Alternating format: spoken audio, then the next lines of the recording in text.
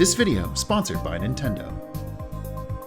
If you're a fan of mystery games or visual novels, then I highly recommend checking out Emio the Smiling Man Famicom Detective Club.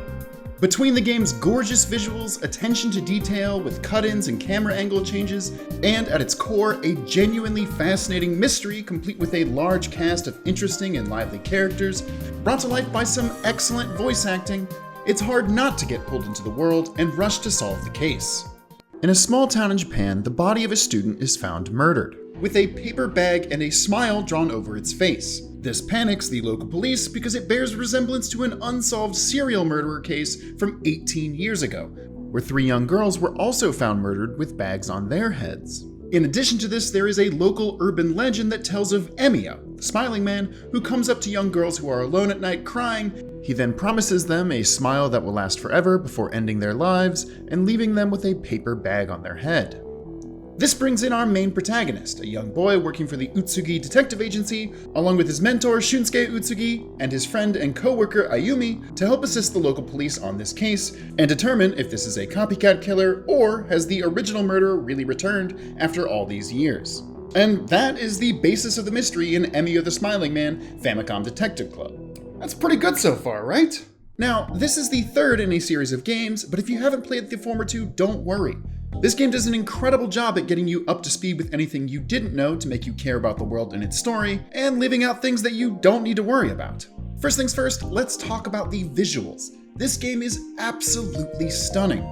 The characters are rendered in a sort of VTuber style manner, allowing them to gently move in between talking, which gives them a greater sense of vibrancy and life, and when they are talking, they can be extremely expressive, moving their arms, looking away when nervous or caught in a lie, or just plain laughing when making jokes. This is taken even a step further with the gorgeous backgrounds, of which there are many. I was genuinely so impressed at how much the game introduces you to new locales while on your investigation. And not only that, but many of them feature several different camera angles to help the game feel cinematic, in a way that sets it above a lot of other games in the genre. And, lending to the anime aesthetic, you'll even get dramatic cut-ins with big reactions for sudden reveals. Apart from the core mystery itself, I think most visual novels live or die based on their cast of characters. And I'm happy to report that Emio the Smiling Man Famicom Detective Club delivers on that as well. Whether it be Daisuke Kamihara, a young, charming police officer whose introductory line made him instantly endearing, to his partner, Junko Kuze, a cop with a reputation for being a bit of an ice queen, before the story starts to peel back her layers and you realize that she secretly has an incredibly large heart. She's just suffering from massive amounts of trauma. And I can't forget the goofy but also lovable Tsubasa Fukuyama, a teacher who works at the school of the murder victim, who has a crush on one of the protagonists and constantly strikes out wildly. But he genuinely cares for his students and wants to do what's right.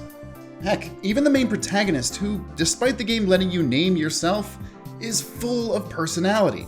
He has incredible inner monologues, and while he sometimes has a serious manner due to the actual murder case he's working on, he'll constantly remind the player with his actions that he's really just a 19-year-old boy who loves mysteries and has kind of been roped into this whole detective business due to the events of the previous games. And I have to give a big shout out to his voice actor who absolutely crushes it.